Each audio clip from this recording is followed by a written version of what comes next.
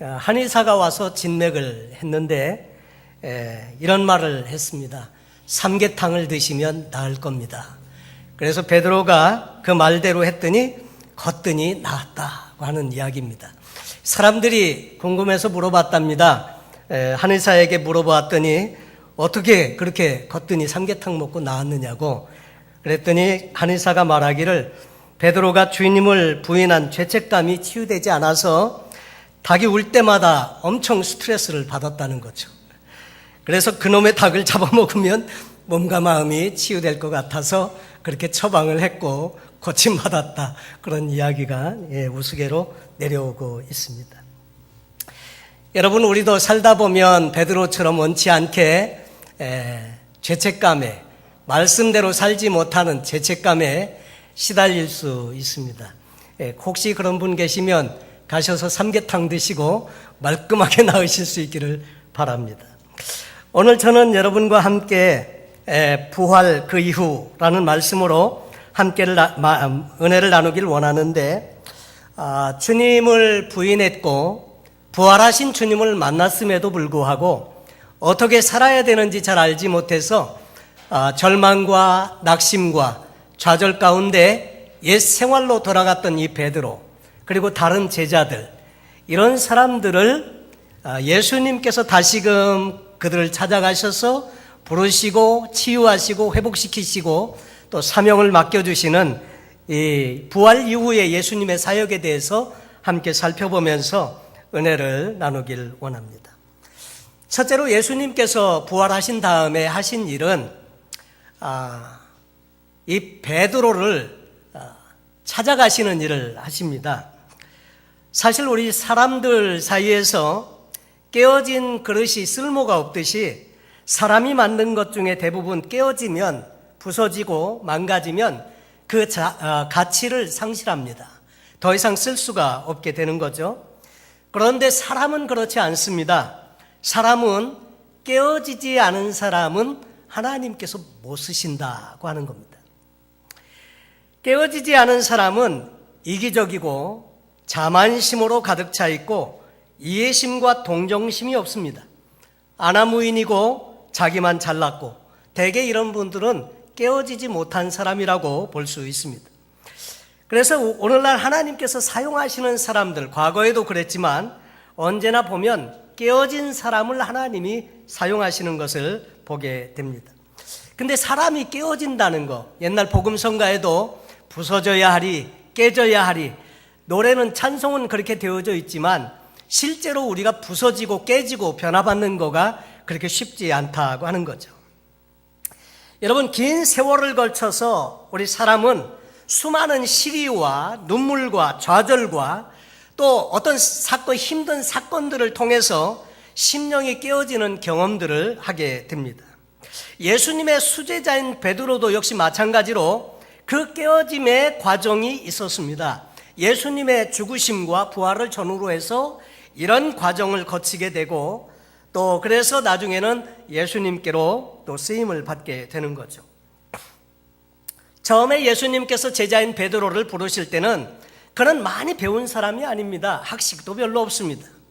어려서부터 이 디베랴 바닷가에서 고기를 잡으면서 생계를 이어가는 삶에 익숙하게 되었고, 그저 평범하게 그렇게 살던 사람인데 어느 날 예수님께서 찾아오셨습니다. 아침녘에 사람들하고 그 해변가에서 말씀을 전하시는데 사람들이 몰려오니까 베드로의 배에 타시고 무태서 배를 조금 떼기를 청하십니다. 그때 베드로는 그물을 이렇게 씻고 있었습니다. 원래 이 갈릴리 바다, 디베랴 바다, 게네사렛 호수 다 같은 곳을 이야기하는 것인데 사람들이 다른 이름들로 그렇게 불렀다는 거죠. 근데 그 갈릴리 바다, 디베랴 바다, 이 게네사렛 호수, 이곳은 물이 맑았기 때문에 그물을 던져서 투망으로 고기를 잡는데 낮에는 그물 내려오는 것이 다 보이기 때문에 고기들이 도망가서 낮에는 고기를 잡을 수 없습니다. 그래서 밤중에 이제 그물을 던지고 고기들을 잡곤 했는데 그날 아침까지도 베드로는 고기 한 마리 잡지 못하고 허탈한 마음에 그물을 씻고 있다가 그 예수님을 모시게 된 것입니다. 예수님은 무태에 있는 사람들을 향해서 말씀을 다 전하시고 베드로에게 말씀하십니다. 깊은 곳에 가서 그물을 내려 고기를 잡아라. 근데 이 어부인 베드로가 생각하기에는 그 말을 받기가 조금 힘든 말입니다. 왜냐하면 이미 날이 밝았고 고기는 얕은 물가에서 서식을 하고 있고, 그래서 깊은 곳에 가서 그물을 던진다는 거, 이미 그물도 다 씻었는데 그게 조금 거추장스러운 일일 수 있었지만은 예수님의 말씀에 어떤 포스를 느껴서 그래서 이렇게 말씀을 드립니다. 선생이여, 우리들이 밤이 맞도록 수고를 하였으되 얻은 것이 없지만은 말씀에 의지하여 내가 그물을 내리겠습니다. 그리고 정말 가서 그물을 내렸더니 엄청나게 많은 고기가 잡혔어요. 그물을 당겨 올리려고 해도 올라오지 않을 만큼 너무 많은 고기가 잡혔습니다. 그래서 도저히 혼자는 감당을 못하니까 다른 동료들을 불러서 2배의 채움에 가득 차게 되고 배가 물에 잠길 정도로 많이 잡히게 되었습니다. 그때 베드로가 갑자기 두려움을 느낍니다. 그러면서 이렇게 말합니다. 주님, 나를 떠나십시오. 나는 죄인입니다. 그 말을 듣고 예수님께서 두려워 말라. 이제 후로는 너로 사람을 낚는 어부가 되게 하리라. 그 예수님의 말씀을 듣고 베드로는 그 배와 그물과 처자식과 모든 것을 버려두고 예수님을 따라가서 제자가 되었습니다. 이 베드로의 성격은 거칠고 급했습니다. 경쟁에서는 언제나 남보다 뒤지기를 원치 않았고 앞서기를 원했습니다. 모험심이 강했던 사람입니다.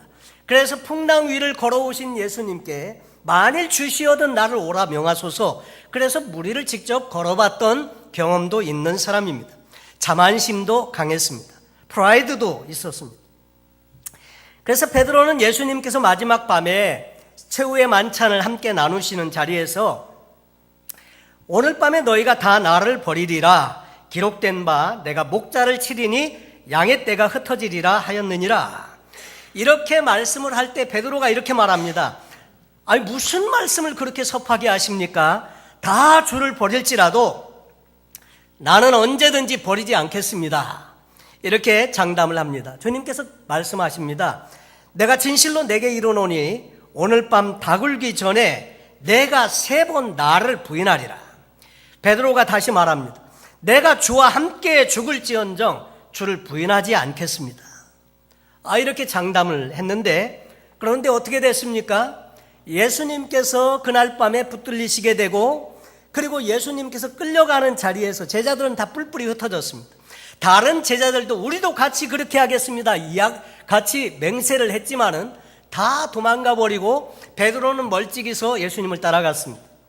근데 예수님께서 신문을 당하시는 그 가야바의 뜰에서 모닥불을 쬐고 있는 이 베드로에게 어떤 한 여자 계집 종이 와서 이렇게 물었습니다. 이 사람도 저 나사렛 저 사람하고 같은 패예요. 그랬더니 베드로가 난 네가 무슨 말하는지 모르겠다. 그리고 또 다른 곳으로 가죠. 또 거기에 갔더니 또 다른 기자가 와서 말하기를 이 사람도 그 당이라고 같이 다니는 거 있는 걸 내가 봤다고. 그러니까 무슨 말을 그렇게 하냐고, 난 네가 무슨 말하는지 모르겠다. 또 다른 곳에 가니까 어떤 사람이 또 와서 네 말소리가 그걸 표명한다. 너 말하는 말을 보니까 억양이나 인토네이션 보니까 너도 똑같아. 너도 그 당이라. 그랬더니 베드로가 저주하고 맹세하면서 부인하였다고 되어져 있습니다. 성경에 보니까 그 부인하고 나서 예수님하고 눈빛이 마주쳤어요. 그러니까 닭이 곧 울었죠. 닭이 울었는데 예수님께서 내가 오늘 밤 달 굴기 전에 나를 3번 모른다고 부인하리라는 말씀이 생각이 나서 바깥으로 뛰쳐나가서 땅을 치고 통곡하면서 울었더라 하는 이야기입니다. 여러분, 3년 반 동안 같이 먹고 자고 예수님을 이렇게 고백했습니다. 주는 그리스도시요 살아계신 하나님의 아들입니다. 누가 한 말입니까? 베드로가 한 말입니다. 베드로는 그를 하나님의 아들이라고 시인했고, 그렇게 예수님의 행하시는 이적을 보면서 그 예수 그리스도는 특별하신 분으로, 그래서 프라이드를 가지고 예수님을 쫓아다녔거든요. 그랬는데 어이없게도 자기가 조금 어려운 상황이 부딪힌다고 해서 예수님을 버리고 도망갈 뿐만 아니라 저주까지 하면서 부인을 하는 이런 연약한 모습을 보이게 된 것입니다. 여러분, 베드로만 그렇습니까? 우리도 다 똑같죠. 보면 이런 체험 혹시 해보지 않으셨습니까? 우리가 예배를 드리고 하나님을 향해서 기도하고 예배를 드리고 찬양을 할 때는 주님께 내가 정말 내 생명 다해서 주님을 사랑하고 주님을 섬겨보기를 원합니다. 결심하고 다짐하지만 저마다 생활 속에 돌아가면 말씀대로 살지 못해서 자신의 못남을 깊이 실망감을 느끼기도 하죠. 그리고 주님을 따르겠다고 하지만 여전히 자신의 유익을 쫓아서 살고 있고 형편만 조금만 어려워지면 그냥 예수님 등지기를 밥 먹듯이 하면서 살지 않나 이런 생각을 종종 하게 됩니다. 여러분, 자신의 연약함에 환멸을 느낀 베드로는 주님이 부활하셨다는 소식을 들어도 덤덤합니다. 여인들이 가서 예수님의 무덤에 갔더니 예수님의 시신이 없습니다. 부활하셨다고 합니다. 또 엠마오로 가던 제자들이 와서 부활의 소식을 전해도 잘 믿지 않습니다. 그런데 부활하셨다는 그날 저녁에 예수님께서 제자들에게 나타나십니다. 그리고 제자들을 책망하시는데 믿음이 없는 것을 책망하신다는 거예요. 내가 그렇게 살아있을 동안에 내가 죽은 지 사흘 만에 다시 살아나리라 계속 여러 번 말씀하셨음에도 불구하고 제자들은 그냥 그 말은 흘려보냈다 이거죠. 안 믿었다는 거죠.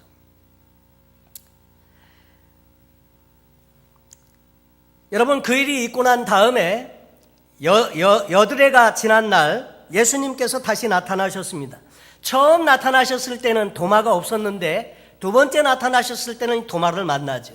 도마는 예수님의 못자국 난 손과 옆구리를 보고 그리고 예수님을 믿게 되었습니다. 그런데 이 예수님, 부활하신 예수님은 부활하시고 나면 뭔가 획기적인 큰 일을 이루실 것 같은데 아무 일도 안 하세요. 여러분, 부활하셨으면 종교 지도자들에게 딱 보란듯이 나타나서 봐라, 내가 다시 살아났다. 그리고 그들을 책망하고 심판을 선포하고 유대인의 왕으로 탁 되면 여러분, 자신이 죽었다가 살아났는데 뭘 더 보여줄 수 있겠습니까? 뭔가 될 것 같은데 예수님은 안 하세요. 그리고 나타났다가는 사라지시고 나타났다가는 사라지시고. 근데 예수님이 나타날 때 제자들의 마음이 편치 않습니다. 왜냐하면 오히려 기뻐하고 이래야 되는데 예수님을 저주까지 하고 부인하고 예수님을 떠나간 이런 자책, 죄책감, 죄의식 이런 것들이 있어서 부활하신 예수님을 만나도 마음이 편치가 않은 거예요. 그리고 예수님은 지금까지 제자들에게 두 번 나타나셨을 뿐입니다. 뭘 해야 되는지, 어떻게 살아야 되는지, 앞으로 우리 인생은 어떻게 돼야 되는 건지 목적이 갑자기 없어졌어요.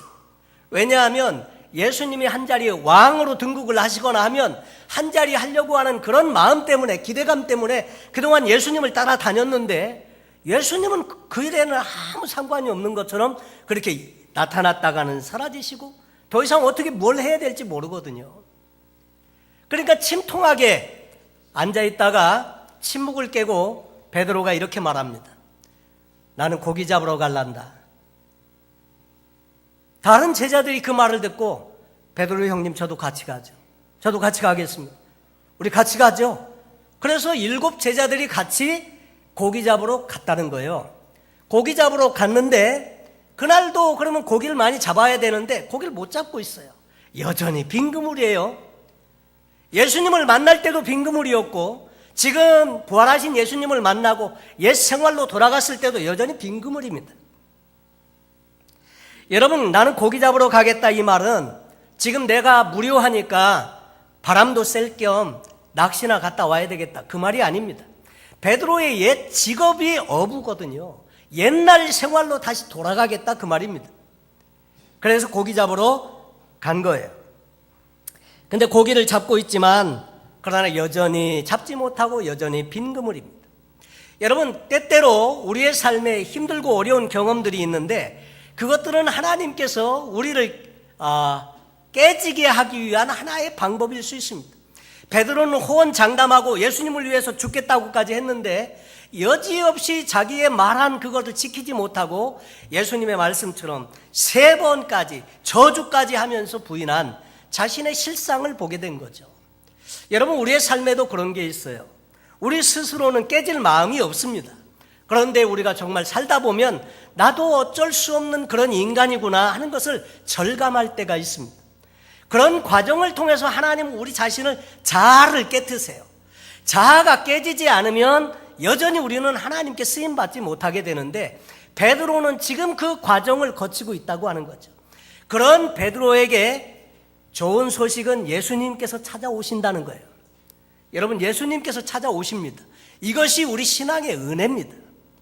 여전히 그 침울해하고 비통해하고 절망과 좌절과 실망감에 젖어 있는 제자들을 예수님께서 찾아오십니다. 그래서 갈릴리로 이렇게 찾아오신 예수님, 그 예수님께서 아침녘에 이제 해가 뜨려는 무렵에 그 고기 잡고 있는 제자들을 향해서 그렇게 묻습니다. 얘들아, 너에게 고기가 있느냐? 그랬더니 고기 아무것도 없거든요. 팔 고기가 없는 거예요. 그러니까 없습니다. 그랬더니 그 못해서 소리친 분이 이렇게 말하는 거예요. 그물을 배 오른편에 던져라. 그리하면 얻으리라. 그래서 그물을 던졌더니 정말로 엄청나게 많은 고기가 잡혔어요. 어떻게 알았을까? 그 순간 그물을 잡아챌 때 엄청나게 많은 고기가 잡힌 것을 보시고, 그 다음에 예수님의 사랑하시는 제자가 누굽니까? 예수님의 사랑하시는 제자, 이 요한복음을 기록한 제자 요한입니다.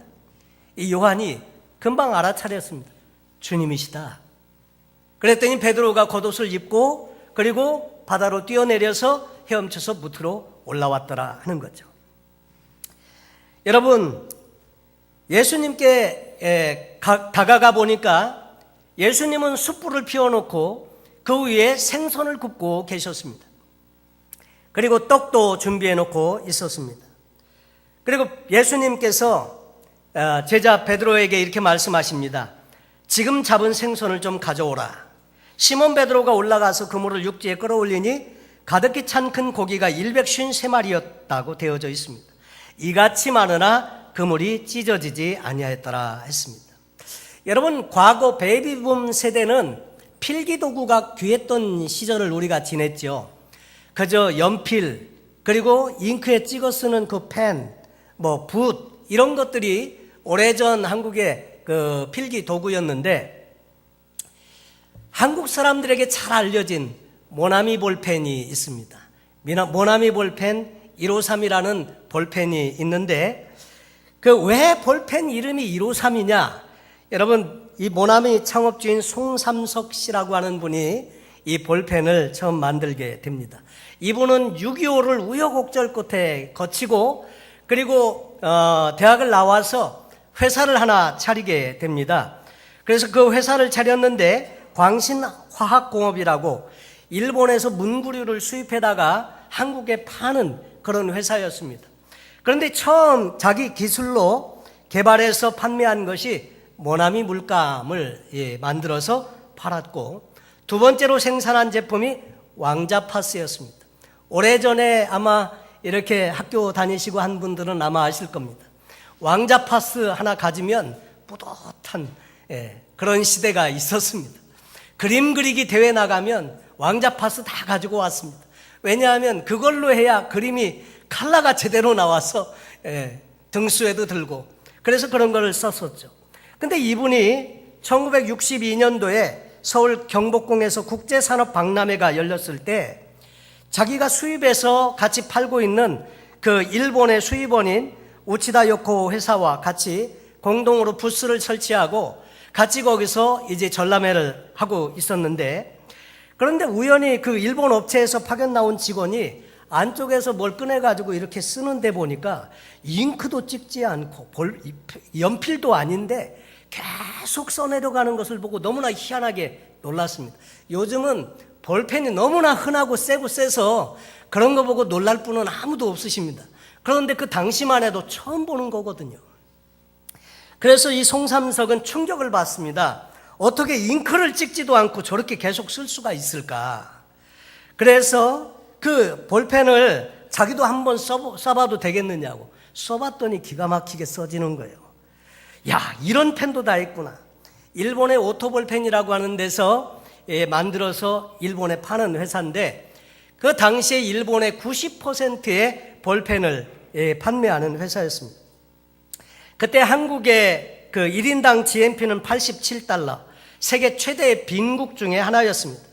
그런데 그 일본 직원이 한국에 오면서 계산기 10대 팔고 와라, 이런 임무를 받고 온 것을 알게 되고 그것을 적극적으로 도와주고, 그래서 이 직원이 감동을 해서 자기 회사 사장을 소개하고 그 회사 사장은 볼펜 회사 사장을 소개했습니다.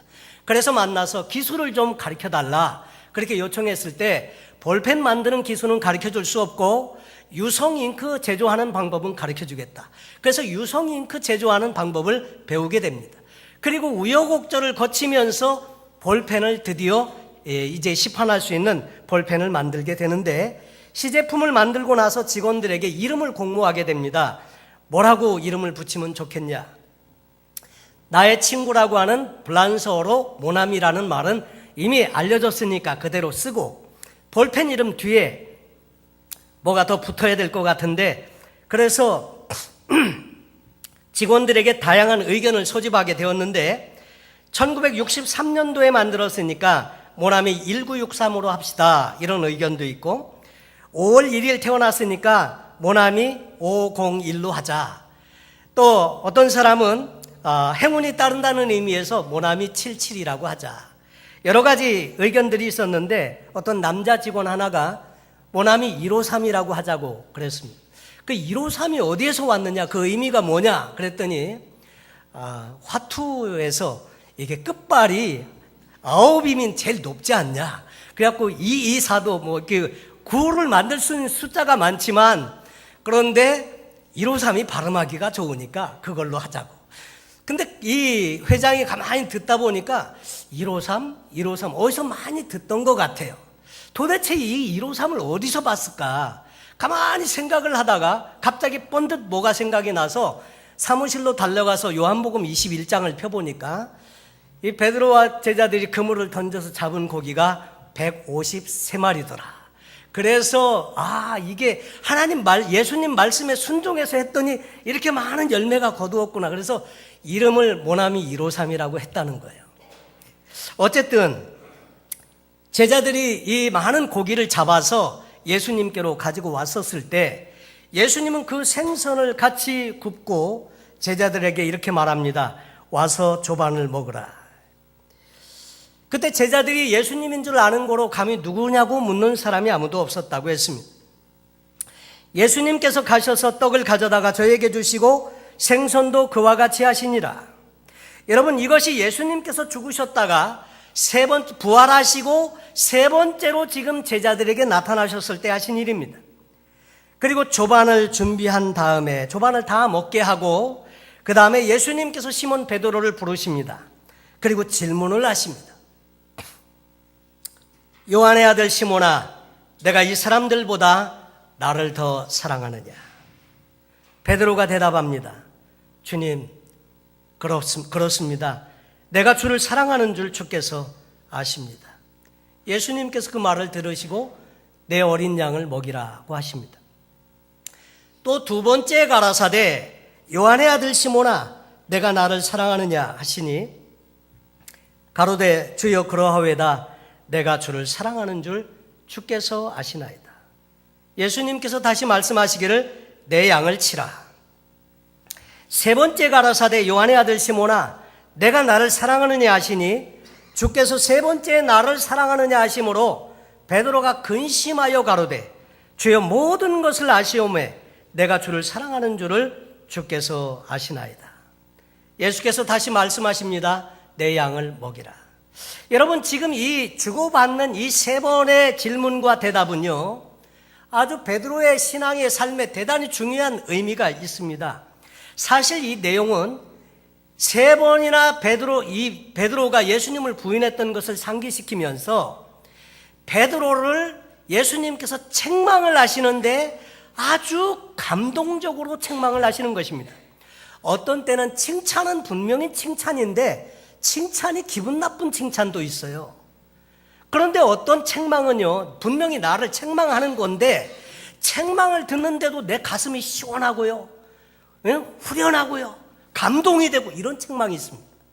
근데 지금 예수님은 베드로를 감동적으로 책망을 하시는데 조반 먹은 후에 책망을 할 때 먹기 전에 안 하셨습니다.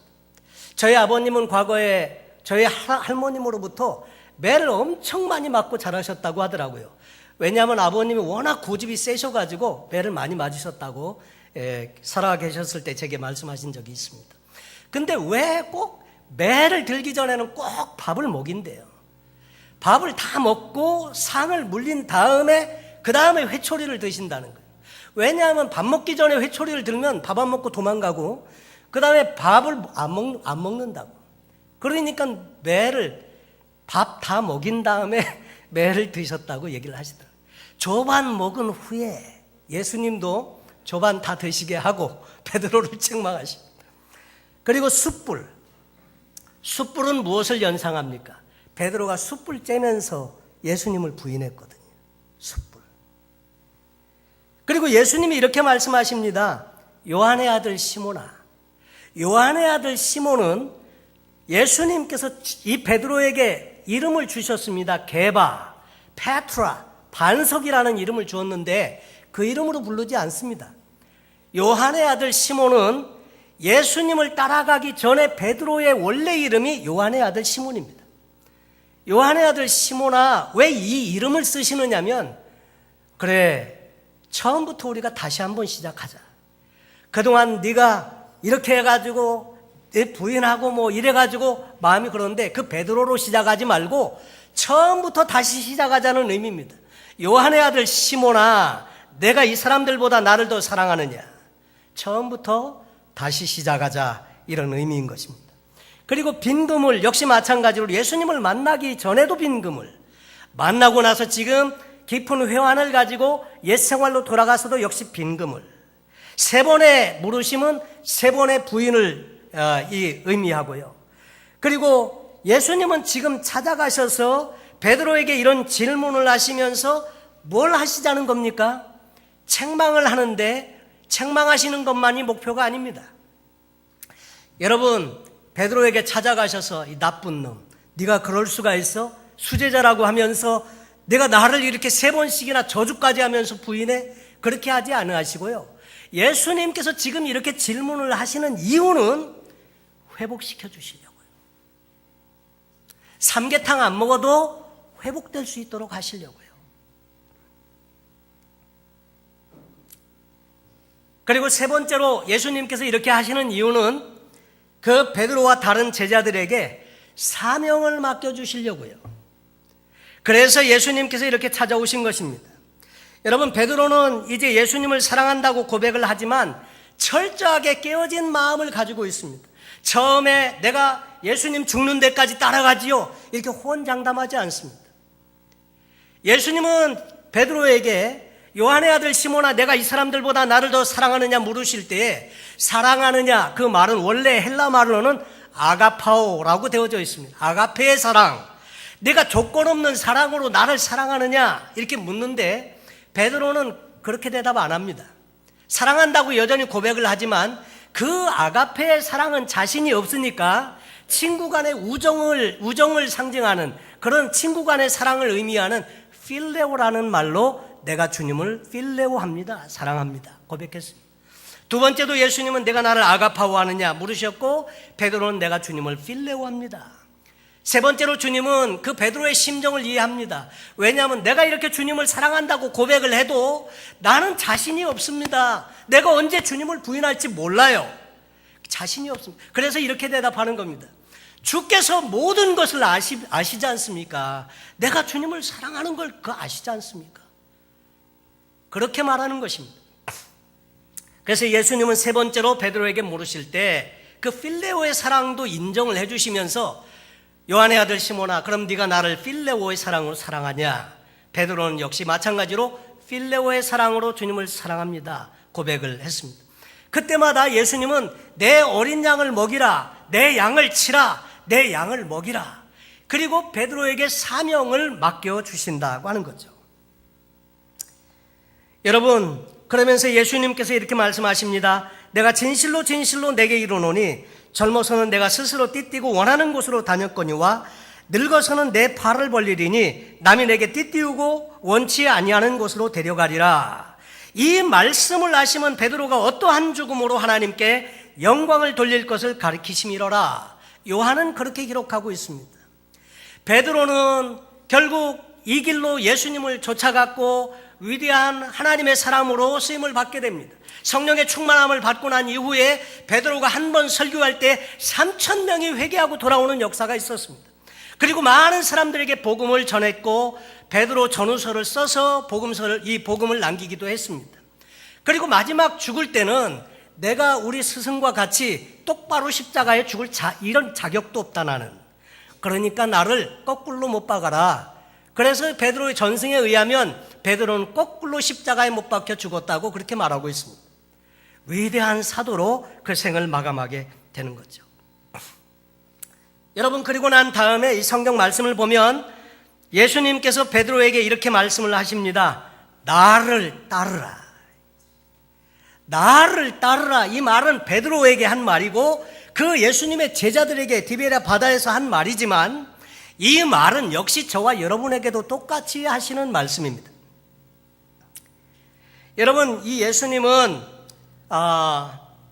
부활하신 다음에 모든 사역의 초점은 제자들에게 있었습니다. 다른 사람들과 만나서 무슨 이적을 행하시거나 이렇게 하시지 않습니다. 제자들과만 시간을 잠깐 보냈고 회복시켜 주시고 다시 깨닫게 하셔서 사명을 맡겨주시는 이 일에 초점을 맞추십니다. 베드로는 주님 앞에 완전히 깨어졌습니다. 더 이상 자만심도 없고 예전의 교만한 마음과 그 자기 자신의 자아가 완전히 깨어진 존재로 주님 앞에 고백을 드렸습니다. 이런 베드로를 보시고 그렇지, 넌 못하지. 그러나 이제부터는 내가 책임져 주겠다. 이제 너는 일어나서 나를 따르라. 이렇게 말씀하시고 주님은 앞장서서 걸어가십니다. 그 뒤를 예수님의 뒤를 베드로가 눈물을 흘리면서 그 길을 쫓아갔다고 하는 내용이 요한복음 21장의 마지막 내용인 것입니다.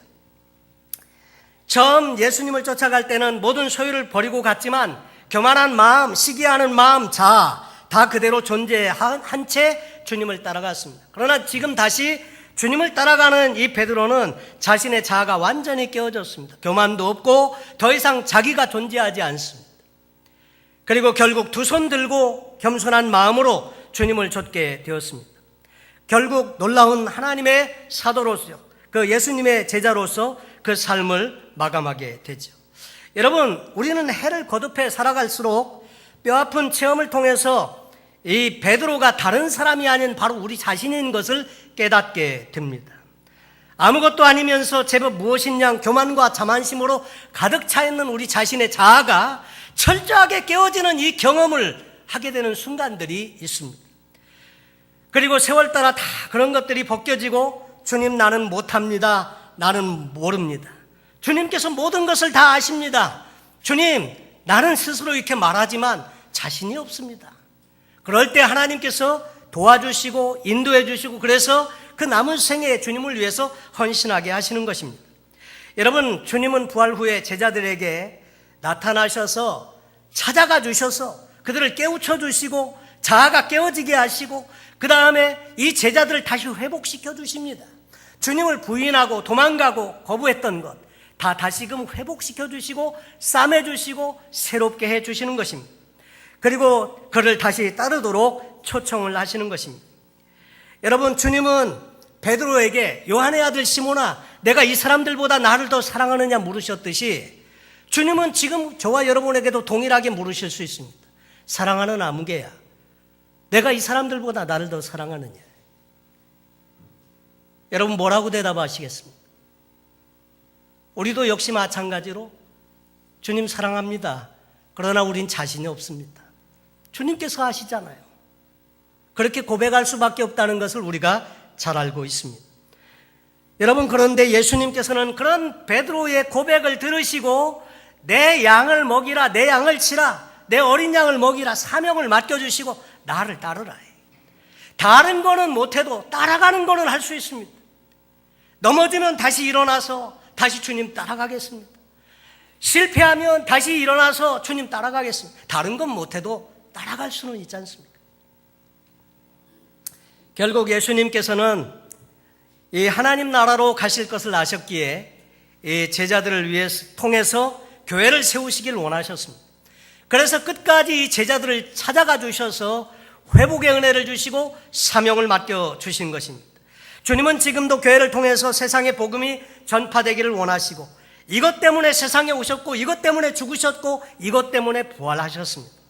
그리고 제자들을 끝까지 찾아가셔서 회복시켜 주시고 사명을 맡겨 주셨듯이 오늘 부활하신 이후에 예수님께서는 우리 심령 가운데 오셔서 우리의 심령에도 깨닫게 하시고 우리를 깨지게 하시고 그리고 회복시켜 주셔서 주님의 맡겨주시는 일들을 잘 감당하기를 원하시는 줄로 믿습니다. 여러분, 이것이 부활 이후에 예수님께서 행하신 일입니다. 사랑하는 성도 여러분, 주님께서 요한의 아들 시몬아 내가 이 사람들보다 나를 더 사랑하느냐, 이 물음은 요한의 아들 시몬이라는 그 이름에 자기 이름을 넣으면 오늘 우리에게 주시는 음성으로 들려집니다. 사랑하는 아무개야, 내가 이 사람들보다 나를 더 사랑하느냐. 여전히 베드로와 같이 우리도 주님 앞에 고백드릴 수밖에 없고 그런 고백을 인정하시고 그렇지만은 주님께서 회복시켜 주셔서 자신을 따라올 것을 명하십니다. 오늘 이 말씀을 들으시는 사랑하는 성도 여러분, 주님을 따라가는 삶이 주님이 원하시는 삶이고 회복시키셔서 우리를 인도해 주시기를 원하시는 주님의 그 부름에 다시 한번 듣고 쫓아가고 주님의 맡겨주시는 그 부름을 온전히 우리가 쫓아서 따라갈 수 있는 복된 저와 여러분 되시기를 예수님의 이름으로 축원합니다. 기도하겠습니다. 하나님 아버지,